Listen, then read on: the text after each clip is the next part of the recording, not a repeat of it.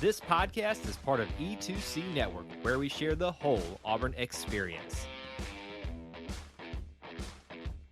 War Eagle Auburn fans, welcome to No Huddle, your source for Auburn football news and discussion, part of the E2C Network. I'm AJ Richardson, and Jared unfortunately isn't here, but we did record a podcast that you'll probably never get to hear about the Arkansas game because it is mostly now irrelevant just because of the breaking news of Halloween Day. You know, a lot of things have happened.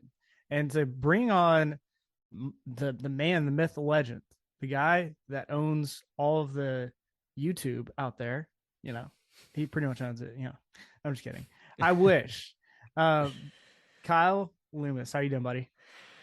AJ, first of all, let me just start by saying I'm so sorry that, Jared couldn't be here for this. Well, he was here for this, let's be honest. Y'all had an entire show that's just wasted now. Yeah. I think you knew this was coming, though, if we're honest. Yeah, I think we did know it was coming, but for it to happen on a Monday, I mean, we honestly were thinking, hey, if it's going to happen, it's going to be on a Sunday. Didn't know it was going to be, this week, but it did. It happened. So AJ, I'm just confused because Halloween comes around every year. Why are you surprised by it? Nothing else happened today. I mean, I guess it was Satan's birthday, aka the guy that coaches the other side of the state. Well, he was chuckling today at the beginning of the day, but there were less things to chuckle about as the day went on. Yeah, what a eventful day it was for Auburn, and hirings and firings and interims and all in between. I am tired because I've been live streaming left and right on YouTube, and here I am stuck in the middle with you on a podcast. I'm happy to be here. Yeah, I'm glad you could hop in there. I just thought this was too big of news to not talk about when it happened. So I appreciate you hopping on. And I mean, the whole coming to this point, obviously, you and I have been huge Gus Malzahn fans. Gus gets fired. We hire Harsin. He's saying all the right things, seemingly doing the right things. And then, last season we had some success. And then when Bo got injured, I think the team kind of went downhill, and maybe rightfully so. But then this last year, we're 3-5, and now Harsin finished out his career at Auburn being 9-12. And it's kind of almost a weird way to finish the season, for Harsin, just because it is, he's got a few more games left. The team's got a few more games, and yet you're going to fire him. I feel like people wanted it to happen kind of middle of the season, but I'd almost like relegated myself. I don't know about you, Kyle, to like the end of the season. Did you think it was going to actually happen in the middle of the season? There's always that opportunity. I always say this when people ask me, did I think was something that happened? If Chris Davis can go 109 yards to win a football game, then anything is possible. I truly felt that it didn't make a lot of sense to fire the head coach, given the circumstances that we found ourselves in. That was with the caveat that things didn't continue to get worse. And, I've been someone that's been saying for quite some time, and I stand by what I said, that a coach should be given a minimum of 4 years to figure it out. But I also acknowledge there has to be a proof of concept to some degree, and that case became harder and harder, especially after you had an Ole Miss game where some improvements seemed to be apparent. But at the same time, you can't have a drop-off at home against an Arkansas team that's not really that good. Like they're okay, they're not that good, and that's exactly what happened. And so it's really one of those circumstances where I believe fully that we should be supportive, at least openly supportive, in public, of those that are in our leadership positions outside of moral, ethical issues, and do so fervently. But it's hard, man, when you really don't have a lot to fall back on outside of ending the LSU streak, a really nice feeling after Ole Miss last year. It's tough, and I hate it for Harsin, but I will say that it's not that I'm shocked that it happened in the middle of the season. I just thought it would have made just as much sense to happen at the end. Yeah, and to see they did have, and I feel like my kind of hold back on was it going to happen middle of the season was I don't know who the interim. It didn't seem like there was a clear choice, and maybe they were talking, to Cadillac which let's talk about that for a minute. I know you're super pumped. I'm super pumped. I think every Auburn fan should be pumped about this. I don't think he should be a head coach, but he's interim head coach, which for him at this point in his career is a great stepping stone. And for goodness sakes, the legend, yeah, go crazy, Cadillac. And I hope he goes crazy as a head coach for Auburn in those last remaining few games of their season. Little 15-year-old, 13-year-old Kyle, however old he was when Cadillac was in his prime here at Auburn, would never have fathomed the day, even in my unrealistic expectations of how awesome Auburn and Cadillac was, that he would be even an interim head coach. Today, I sit here in that adolescent self just wondering, if you only knew, buddy, if you only knew. Today was a bad day. Not simply because Auburn had to fire a coach or that I'm upset that Harsin hired. I'm just upset that Auburn finds himself in this place. Yeah. And to be fair, having Cadillac as interim doesn't make that go away. But gosh, does it make it a lot better. It eases it, definitely. It really does. And if you are someone that is upset with this interim placement, you need to stop being an Auburn fan. I will just say it. There is no reason at this point in this season to be upset with Cadillac being named head coach or interim head coach. There's none. This is a win for everybody. What do you got to lose? Let the man ball out. Go crazy, Cadillac. Right. Well, and to me, the way I'm thinking about it, you could tell the just the students, the fans, the team itself was starting to get a little bit demoralized. And what a better way to get not only the fan base and the students more excited about it, but the players that have been playing for Cadillac. For goodness sakes, we all know one of our, if not the strongest position on our team this whole year has been our running backs. Guess what? Cadillac's been our running back coach. So like somebody who's had success, and I think represents Auburn very well. I think this will be a great opportunity to get everybody back re-engaged, because I had heard a couple of stories of some season ticket holders not coming to games intentionally until Bryan Harsin was fired.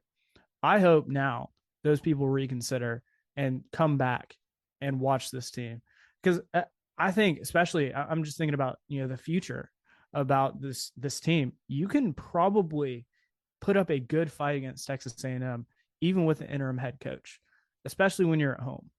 Like, I'm just hearkening back to, I don't know, Kyle, did you end up going to the 2012 A&M game where we just got completely demolished? Yeah, I tried to block that one out of my memory. Thank you for bringing that up.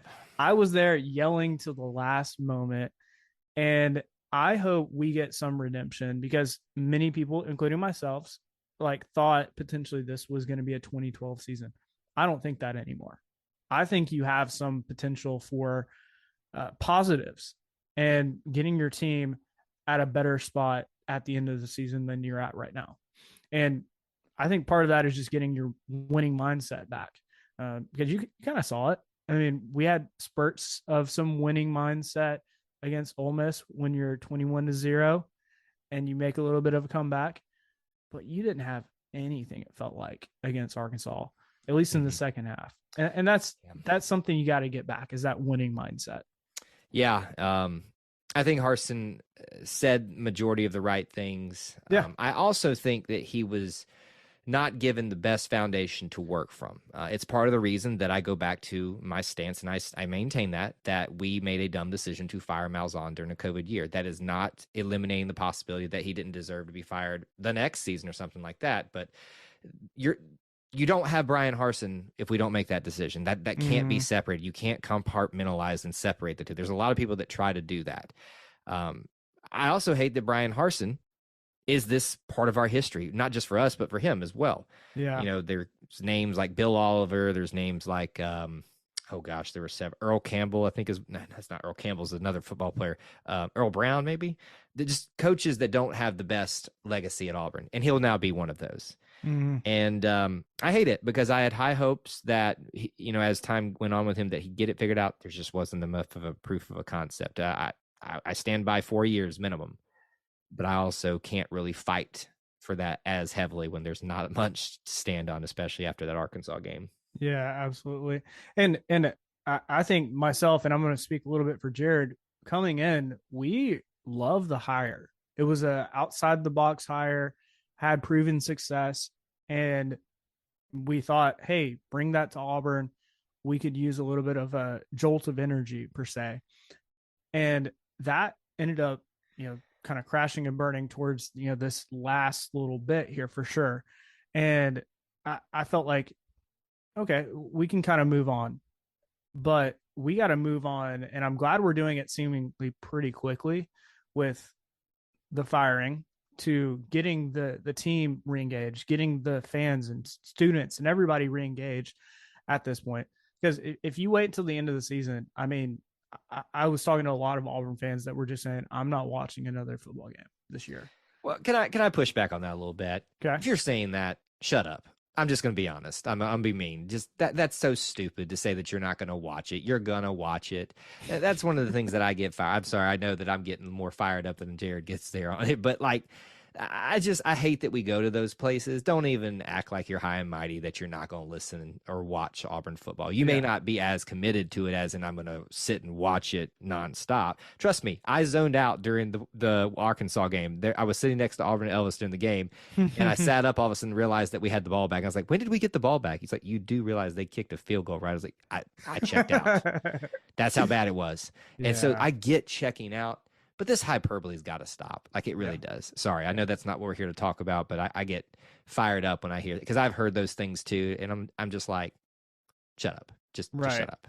Well, I was at a game I think earlier this season, and I was walking out of the stands, and we had just lost. I think it was LSU, and one of the fans I literally heard right over my shoulder was like, "I don't know, I might convert to being a Bama fan." And I was like, are you kidding me? Like right now? Like, I need to know who that is. I will slap them right now and take the Auburn card. I know, but really, they obviously didn't go to Auburn. So maybe, something there. But yeah, who knows? But I did also want to talk about, not only now the buyout, we've now paid or we'll pay about $37 million for just head coaching buyouts over the last a little over 2 years. So that's just rough. I mean, I hope this kind of shows Auburn. I don't know about you, but I hope they pony up a little bit more for a coach and say, we can give you a lot, because I don't want necessarily a bargain coach at this point. I want somebody that has a little bit of a proven record. Is that, I know that's one of my criteria. What are kind of your criteria for looking for that next head coach? Yeah. For me, I'd like to see us go to a Power 5 coach or assistant. I think SEC preferably. Mm-hmm. That kind of limits your options there. I shouldn't say preferably. I should say that's a plus. But Power 5, there is not. Hear me when I say this. This is not to say that people in the Group of 5 or HBCU coaches can't have success at this level. Auburn tried that this time, and I think it's time we get back to some more assurities, more things that we know are going to have some type of success. And people will tell you, well, Deion Sanders is going to get recruiting going. Well, yeah, but that doesn't mean that things are going to. People are obsessed about recruiting, and it's important. It's the lifeblood of the program. But what you do with the recruits is what's more important. Way more. This A&M, folks. Best recruiting class, 5 stars and 4 stars out the wazoo. And they can't field a team any better than Auburn. We're going to find that out here soon, I'm sure. But just listen, folks. Recruiting is not as big a deal as you're convinced that it is. It is a huge deal, though. Just not as big as you think it is. So for me, a guy that has Power 5 experience, I prefer a head coach over an assistant, but I think there's some quality assistants out there that may be up for the opportunity. Auburn needs a more sure thing this time. And I know that's a very nebulous and not very concrete requirement on my part, but that's what I really want, is something that's more of a sure thing this time around. So a sure thing, let's flesh that out, because to me, sure thing means, has a proven history. And I think you mentioned like a Power 5 school. Yes. Has been at the head coaching level before. Is there anything else that you think of? I mean, obviously you want to know that they've had success recruiting. That's that's because it is still important. I mean, Mm-hmm. that's something you don't want to have a history of somebody that's not doing. I think it would be important too in this day and age of embracing NIL, and Yes. everything that's with that, because that's part of it now, whether you like it or not. So Yep. that's kind of goes hand in hand with recruiting there. Um, the embracing of it, not just, oh, I have to do it and be part of it, but you got to find a way to maximize it. And Yeah. Auburn fans will give to you tenfold over if you give them a reason to, in terms of being part of NIL collectives. And there's already information out there about what Auburn can offer and is already offering in terms of that. There's a lot of advantages for a coach. Mm-hmm. So I think this time around we find ourselves in the situation where we may have better options more readily available than when we tried to, or we did fire Coach Malzahn and decided to fire or hire. I'm getting them all confused now because there's so many firings and hirings. Decided to let go Coach Malzahn as opposed to now with Coach Harsin. I think there's more ready opportunities. Yeah, especially with NIL. I mean, Jared and I have talked about it plenty of times on our podcast that it is such a something that just the student athletes really just care about. I mean, and rightly so. If you think you're a very talented player, you want to know that there's going to be some financial ability to come towards you. Now, does that mean that it actually happens? I mean, that's up to you. But ultimately, if Auburn can kind of leverage that, I feel like that can definitely pay off. A couple other things that I was thinking of that I would love to see in the next head coach. First off, be a fit for Auburn. And, we talk about being an Auburn man. I think that is a requirement. And I don't know if that But what does that necessarily mean, AJ? I mean, you had a whole series on what does it mean to be an Auburn, family member. I mean, it's so hard to put a finger on, but when you see it and know it, there's no denying it. Yeah. I mean, think about just somebody like even like Gene Chizik, who did bring us to a national championship, then to the pits of 2012. He's still considered in my mind an Auburn man. He's still around in the community doing stuff. I would love to see, not necessarily we have to go get a crazy, somebody like Gene Chizik, but that type of person. So I don't know. Yeah, I think an Auburn man, whatever that means to you, to me, that means there's some connection to Auburn, is a requirement. It should be a requirement. There's people that will push back on that and say that's part of the good old boys club. I like the good old boys club to some extent because that means they know a little something about you. There's nothing wrong with going outside the box. Pat Dye was outside the box, and we know how endeared we are to him now. Mm-hmm. So this is not, when we talk about these things, it's not like this has to be this way. These are the preferred things. These are the things that we know that we've had success with. And someone who values and understands what it means to be an Auburn man or woman in any capacity at Auburn is what I think really will find longer term success. I think that's why Gus lasted as long as he did, because he's an Auburn guy. Right. He didn't start as an Auburn guy, but he got here and latched right onto it and, really focused in on that Auburn family aspect. And if you can do that, you'll find yourself some longevity here. Not to say Harsin didn't try. I think he did. He talked a lot about how he connected with the Auburn creed. Great first step there. And it's a shame. It is a shame that we're talking about this so quickly now, because there could have been potential there if he had maybe a better foundation and he had also produced a little bit more out there. Right. And I think it is that combination that I keep coming back to. It's a combination of sometimes wasn't set up for success. I mean, we look at first our offensive line, it has been atrocious. And I don't think that's necessarily 100% on Harsin. It probably dates back to Gus Malzahn and how he recruited offensive linemen, things like that. But you have to go for it. I mean, we're seeing the success of, the Tennessees right now. They had such terrible recruiting classes in comparison to what kind of success they're seeing. And so it's the player development. It's getting your program back up to it. That's where your eyes should be kind of headed towards. Mm-hmm. So, yeah. I did want to talk about some of the top names that you're kind of seeing getting thrown around. And Kyle, I want to get your opinion on these. Mm-hmm. So you got the Hugh Freezes of the world, Jeff Grimes, Stoops, Deion Sanders, Lane Kiffin. And I feel like each of them, everybody seems to have kind of their favorite. And I'm Right. sure there's going to be plenty more out there. I just listed a handful. What's kind of your thoughts on the names being thrown around right now? Well, one of our qualifiers was being an Auburn guy and having some sort of connection to that. You look at Lane, you look at Dion, you look at Stoops, you look at Hugh Freeze. Those names that you've put out there, there's no qualifier there. The only one that qualifies in that certain sense is Jeff Grimes. Listen, I think Jeff Grimes, if I had my decision, if I had the power to make these decisions, that would be who I would go with for more reasons than just because he's an Auburn guy.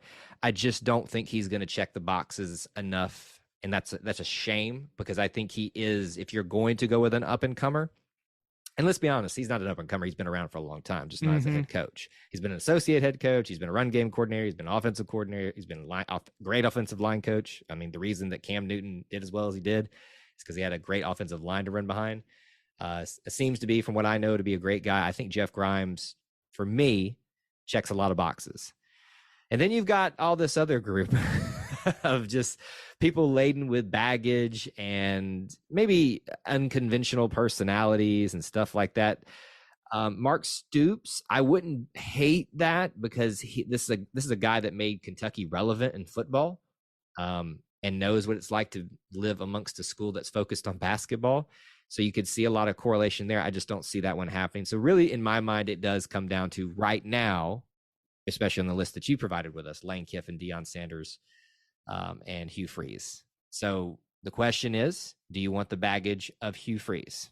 The question is, do you want to have the unpredictability, the volatility sometimes that comes with Lane Kiffin and some history as well? Yeah. And the other thing is, do you want to take the big risk on Deion Sanders? Right. A lot of people in that camp.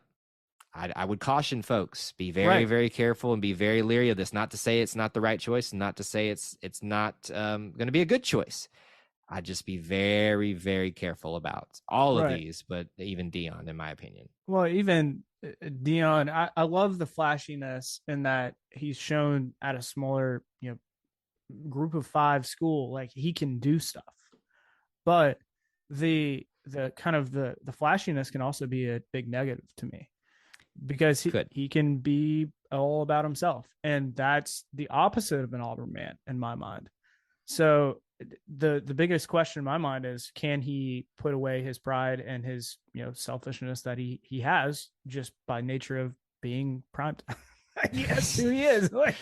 He really is. He's when you nickname yourself, usually nicknames are given to you, not brought on by your own choice.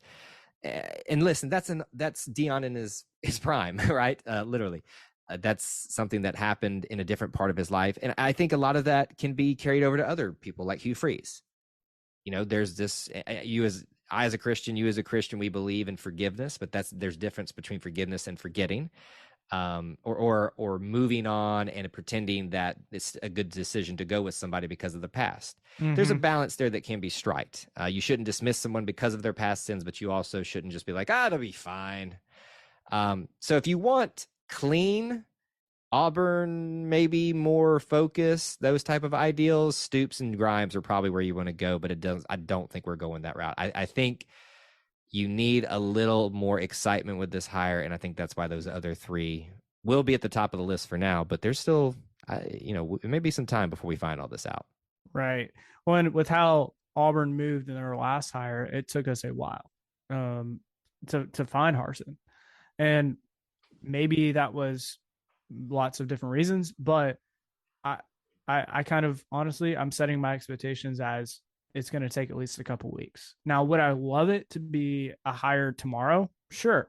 But I don't think that's going to be the case, especially with a lot of these coaches that we have just mentioned are coaching teams right now, and they will be probably finishing out their season. Right. So you got to probably wait until then. Yeah, it's going to be a waiting game still for Auburn fans. I know we're ready to kind of be done with all the breaking news and stuff. It's about all you can take at this point, or anticipating news where, we've been thinking this was coming for some time. In some ways, it's sad that it's here, but it's also happy that we've gotten to this point. If you ask me to pick right now, I would, in my mind, pick Jeff Grimes. However, I can see value. If you're going to make me pick from those big 3, I'll pick Lane Kiffin. And I never in a million years thought I'd be saying that. What do you got against Lane? Because he's the Lane train, man. Come on. I mean, we jumped on the Gus bus. Can we not jump on the Lane train? That's fine, but listen, listen. He checks the box in giving crap to Saban. Listen, that will always endear me to him. True. But gosh, there is a certain degree of kind of statesmanship that you hope that your leader has. Yeah. Lane shucks that a lot. He just kind of says, I'm good with that. I don't need to worry about that. So right. Well, and just to epitomize that, one of his quotes that I had this in our podcast, and you'll probably never hear it, but you won't. It's lost for eternity. Sorry, Jared.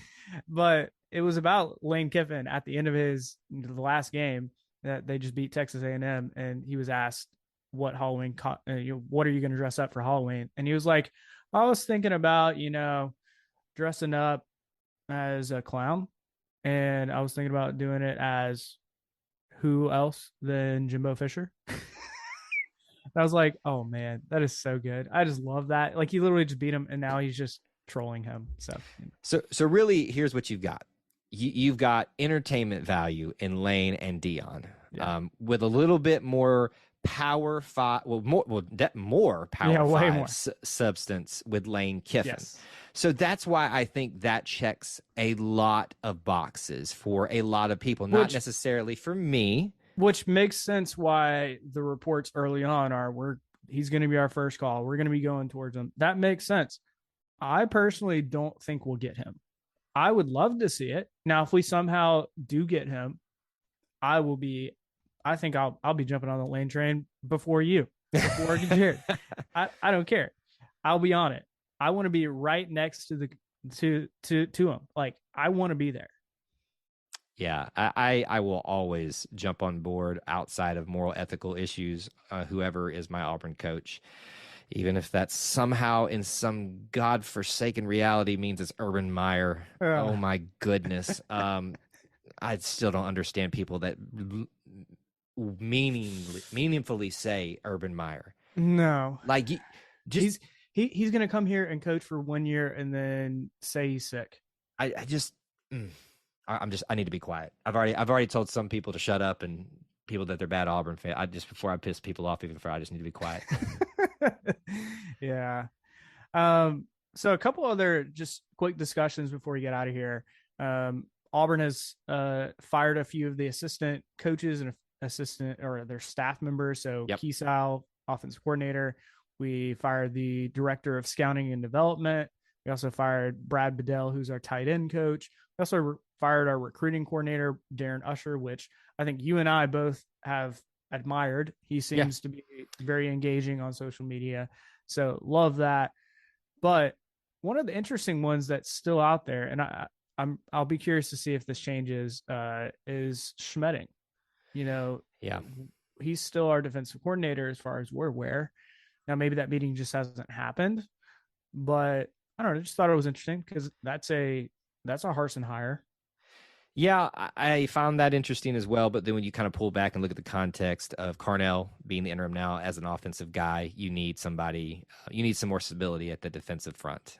You would think that you would just insert Zach Etheridge as the defensive coordinator, but then you'd also think Zach Etheridge as the associate head coach would have been the interim. So I think you if you start connecting the dots, not trying to insinuate anything, but there's a reason that he wasn't made the interim head coach. So why would he be made interim too? It's kind of a loose thread to follow, but you can kind of connect the dots there. I don't think Jeff Schmedding will be around for long, but I do think that maybe he's one of those that who made the decisions. I shared who I thought made the decisions on our live stream this evening, and that you might want to go check out, that I was told. That's not necessarily confirmed, but it was not surprising to see a lot of the people go, but also surprising that Schmedding had not also gone. But look at it in the context of it, and it makes a lot of sense. Yeah. One other quick discussion before we finish up. I do want to talk about this team because I want to talk very briefly. What do you think this team can do for the rest of the season? And now we've got the interim head coach, Cadillac Williams. I think that if I was a player right now, I would obviously be sad for a little while and my head coach got fired. But looking forward, how do you think the team approaches the rest of the season? If this was the Gus Malzahn situation, a guy had been here forever, you probably look at these guys and say, yeah, they're going to probably fall apart a little bit. Not to say there weren't deep connections with Coach Harsin. I know there were. You could see there were. But it's not as solidified there. So, yes, there are sad people, and I hate that, the freshmen that are here, that were more so maybe the sophomores, maybe that area, are having to deal with this yet again. My hope is that they will see an opportunity to not go down in the history books as one of the worst Auburn teams ever. And I think they see that opportunity that is there. I am excited for what they potentially could do, but also realistic about what's up against them, and I think they will be too. Yeah. I feel like I'm more optimistic now. I mean, the podcast you'll never hear, I asked Jared at the very beginning, do you have hope that we'll win another football game besides Western Kentucky or Carolina or whoever the heck we're playing? Besides that, do you think? And he was like, probably not. I think there's a little bit more hope out there. And I think Cadillac can kind of bring that in, materialize it, and make this team at least have some motivation to finish out the season. There's definitely more excitement, and there hasn't been a lot of that lately. So if that's all we need to have a little bit more hope, by gosh, we got it today when Cadillac was named interim. But, Absolutely. Again, my heart goes out to Coach Harsin, to his family, to his staff, to his players, for that we're here. I'm not celebrating that Coach Harsin was fired because I didn't want us to be here. What's my favorite phrase, AJ? It didn't have to be this way. But we're here, and we got Caddy at interim. I'm all right. I'm doing a lot better today than I thought I would be. Yeah, I agree. Before we get out of here, how can people stay in touch with you, Kyle? Oh, you can find me on the Twitter sphere in the mess, in the Auburn Civil War that rages on. Maybe not so much now. At Kyle Loomis 24. Hit me up there. Yeah, and you can find me on Twitter at AJAY_. It's always great being Auburn Tiger. And War Eagle. War Eagle. Thank you for tuning in to today's episode on the E2C Network. On your way out, I want to remind you to stop by e2cnetwork.com. It's your one-stop shop for all our content across our podcast, YouTube channel, and much more. To stay up to date with us, make sure you're following social media accounts such as Facebook, Twitter, and Instagram. While our content here may always be Auburn sports heavy, if it's orange and blue, it's what we do. War Eagle.